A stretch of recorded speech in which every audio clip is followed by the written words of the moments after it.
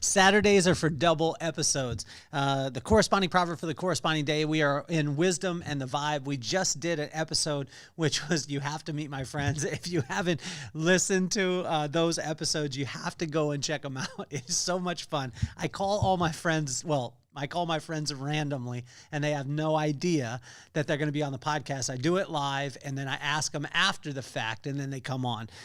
This playlist and this episode is Wisdom and the Vibe, which is we go through the corresponding proverb for the corresponding day, and we're going to rapid fire today. So I want to give a huge shout out to Mr. Justin Lotfi. I'm wearing his shirt today, Never Outworked. He did a book. It's a bestseller. Go check it out. It's amazing. I met him through my buddy James Dixon, and James Dixon, the absolute motivator. You got to check him out too. You can check out his book and, check out everything with them. They're incredible. But the real reason why we're here is because the corresponding proverb for the corresponding day has been amazing. I got to go down to the beach this morning and work with this. And what I found is this 3,000-year-old wisdom, it answers the questions that I have in real time in today. So the circumstantial things that I have in my life, when I filter them through wisdom, it's amazing what happens. And I keep testing this stuff because I'm kind of hard-headed. So I test it and say, like, does this really work? And every single time, no matter what the circumstance is, I could take this 3,000-year-old principle-based wisdom and I can apply it to those things today. So today is about testing everything. This is a thing that I used to be afraid of growing up, because I used to be like, oh, well, am I really supposed to test it? And what God was saying is, like, as long as you're testing it with my word, as long as you're testing it against wisdom, test it for as long as you need. I'm of the mindset a lot of times where I would be in a rush and I would get in that place. And I don't know if you've been here before, but where I felt like, oh my gosh, I better do this thing or I'm going to miss out. And what God has told me, you could test it for as long as you need to, as long as you're testing it against wisdom, against my word. Where do I get wisdom? From the fear of God. What is fear of God? It is simply the respect of God. How can we get respect of him? By just spending time with him. And how do we spend time with him? First of all, we read the word, then it reads us. That's how we roll. So it's Proverbs 27, corresponding proverb, corresponding day. Test everything. And so the first one in this test everything is ego. And I had to ask, like, when I test something, when I have an idea, is it my ego driving me? And a lot of times it is. And a lot of times my ego is saying, oh, I got to be the first to do this. I got to be the first to do this. And this is what God was asking me today is your ego driving you? And so in verse 1 and 2 in Proverbs 27, it hits on this, and also in verse 21. So when we go to verse 1 and 2, it's do not boast about tomorrow, for you do not know what the day may bring. Let someone else praise you and not your own mouth, an outsider and not your own lips. And so the second one in this is, am I being provoked by missing out? So when I test something, for number one, is it my ego? Am I being provoked by my ego? And then the second one is, am I being provoked by missing out or jealousy that somebody else is getting what I want? Well, I can tell you, I fall victim to these things all the time. And that's the reason why my wife said the other day, you have 98 ideas and 2 of them are good. But the 2 of them that are good work out. But I tend to say, well, when I say this, I'm not saying this to you, I'm saying this to myself, is make sure that you look at it and ask yourself, like when you're testing it, is this idea because I feel that I'm about to miss out on something, or I feel like, if I don't grab a hold of it, then it's going to go away forever? I can tell you this. Number one, you're not going to miss the bus. The reason why is because the bus was made for you. And so when we work in God's will, that he made us exactly perfect for the exact right time, then we don't have to be in a rush for anything. You can't miss the bus. This is what my pops would tell me all the time. Number 3, in number 2 is verse 3 and 4 and verse 20. And number 3 is, do I have counsel in my life? You see, I had an idea this morning. I was so excited about it. I was hyped about it. And you know what I did? I reached out to 2 people who actually did what I was hyped about. And you know what they gave me? They gave me counsel because they had been there. And then it calmed my mind. You see, sometimes my mind gets going, but then whenever I test it with my heart brings it down. So imagine if your heart, your mind, and your skills were in line. That would create the irresistible vibe, right? So do you have counsel in your life? That's in verse 5 and 6 in Proverbs 27. Am I hungry? This was a big one. When I test something, I have to ask myself, am I hungry? And what am I hungry for? Am I hungry for wisdom? And am I hungry for prudence, the thought of the future? Or am I just hungry to be able to have something right now because I need it right now? Well, that tends to be the case a lot in my life. And what I want to encourage every one of you with is ask yourself, are you hungry? Is that the reason why you're desiring this thing that you're going after? And what is it that you're hungry for? Are you hungry for exactly what God has for you? Or are you hungry for something because somebody else has it? Number 5 is, am I working my land? This one comes up a lot. I get excited. We all get excited. Imagine, have you ever got excited about something that somebody else was doing because you thought it was cool and you thought maybe I could do it too? That's a little bit of comparison, and we have this all over the place. Imagine if you just said, am I working my land? When you test it, and or am I hungry is verse 7. In verse 8 and 10, it just talks about working your land. Are you working your land? Let's hit 8 through 10. Like a bird flies into the nest is anyone who flees from home. Perfume and incense bring joy to the heart, and pleasantness of a friend springs from their heartfelt advice. Do not forsake your friend or a friend of your family, and do not go to your relative's house when disaster strikes you. Better a neighbor nearby than a relative far away. Are you working your land? Are you working your land? And that's the part that was asked of me a bunch. The next question in this test everything is, am I filled with wisdom and joy?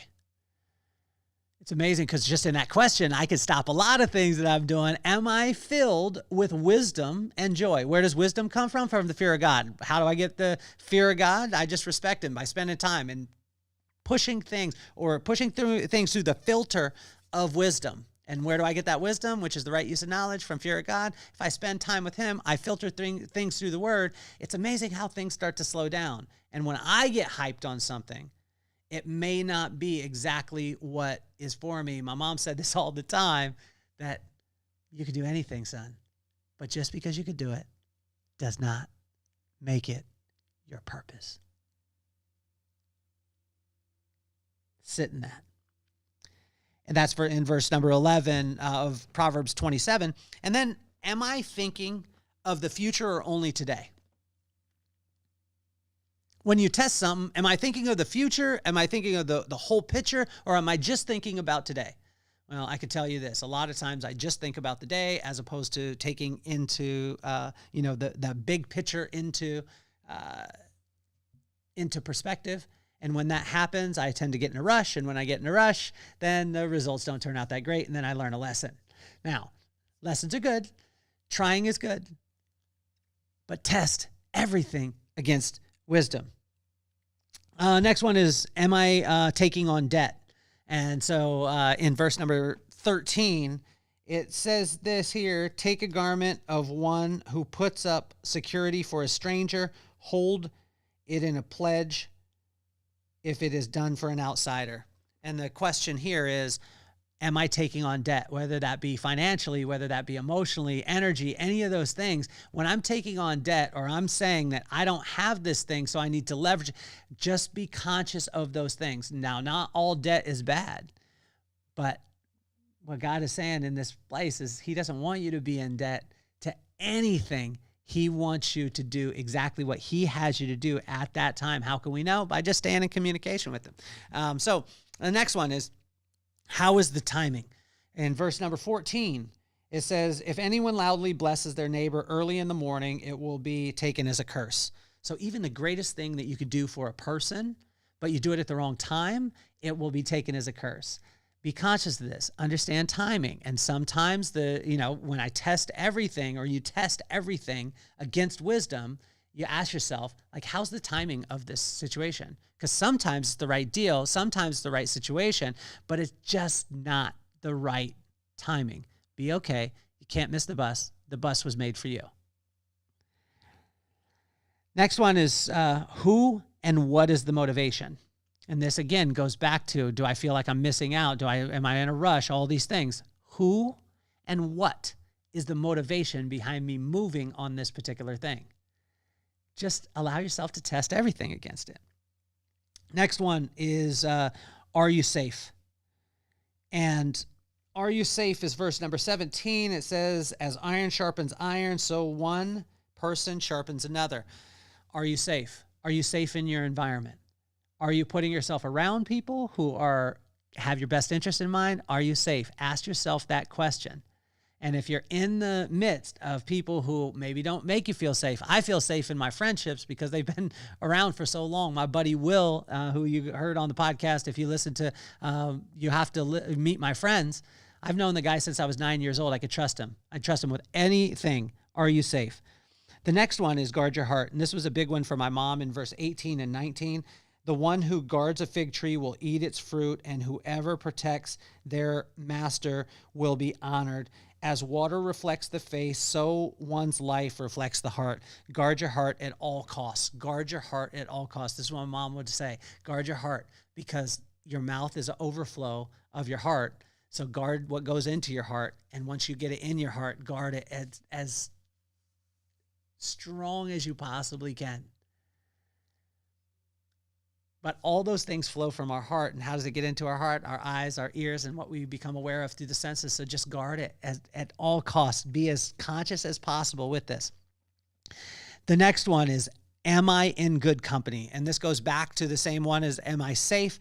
But in verse 23 and 24, it says, be sure to know the condition of your flocks. Give careful attention to your herds, for riches do not endure forever, and a crown is not secure for generations. Am I in good company?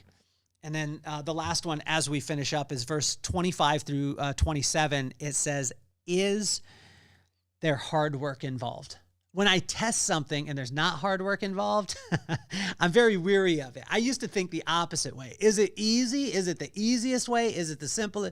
It could be simple, but it won't be easy. And I can tell you this, anything that is worth its salt has some bit of elbow grease to it, some bit of hard work. There is no way. A guy asked me yesterday, what's kind of the shortcut to be able to get to the point? And I looked at my wife when I told her that I got asked this question, and she just laughed. And I said, just put in the work. And when you put in the work, it's just little bit by little bit by little bit by little bit. And then all those little bits pile up into a big one. And then people are like, wow, it was a big break. No, it was a bunch of little ones. So be willing to put in the reps. If you're willing to put in the reps and do the work, guess what'll happen? The right thing. So when we test everything, guys, as we look at this and as we finish today, look at this. There's a couple of, 12, 13 questions that you want to ask yourself when you come into a scenario or a circumstance. And so I say test everything with wisdom. Where do we get wisdom? Fear of God. How can we get the fear of God? Spend time with them. Read the word, allow it to read you. Corresponding proverb, corresponding day. Watch this in Proverbs 27. Test everything. Number one is it my ego driving me? Number two, am I being provoked or by missing out? Or do I have jealousy? Do I have counsel in my life? Am I hungry? And what am I hungry for? Are you working your land? Am I filled with wisdom and joy? Am I thinking of the future or just today? Am I taking on debt? How is my timing? What and who is my motivation? Are you safe? Guard your heart. Am I in good company? And is there hard work involved? This is a way for you to test everything. Corresponding proverb, corresponding day. My name is Kelly Cardenas, and I'm officially off the hot seat. Actually, before you go, make sure that you subscribe, that you put on the notifications, and that you share it with a friend. Check out all of the playlists on the podcast. Thank you for rocking with me. Peace, love, and soul.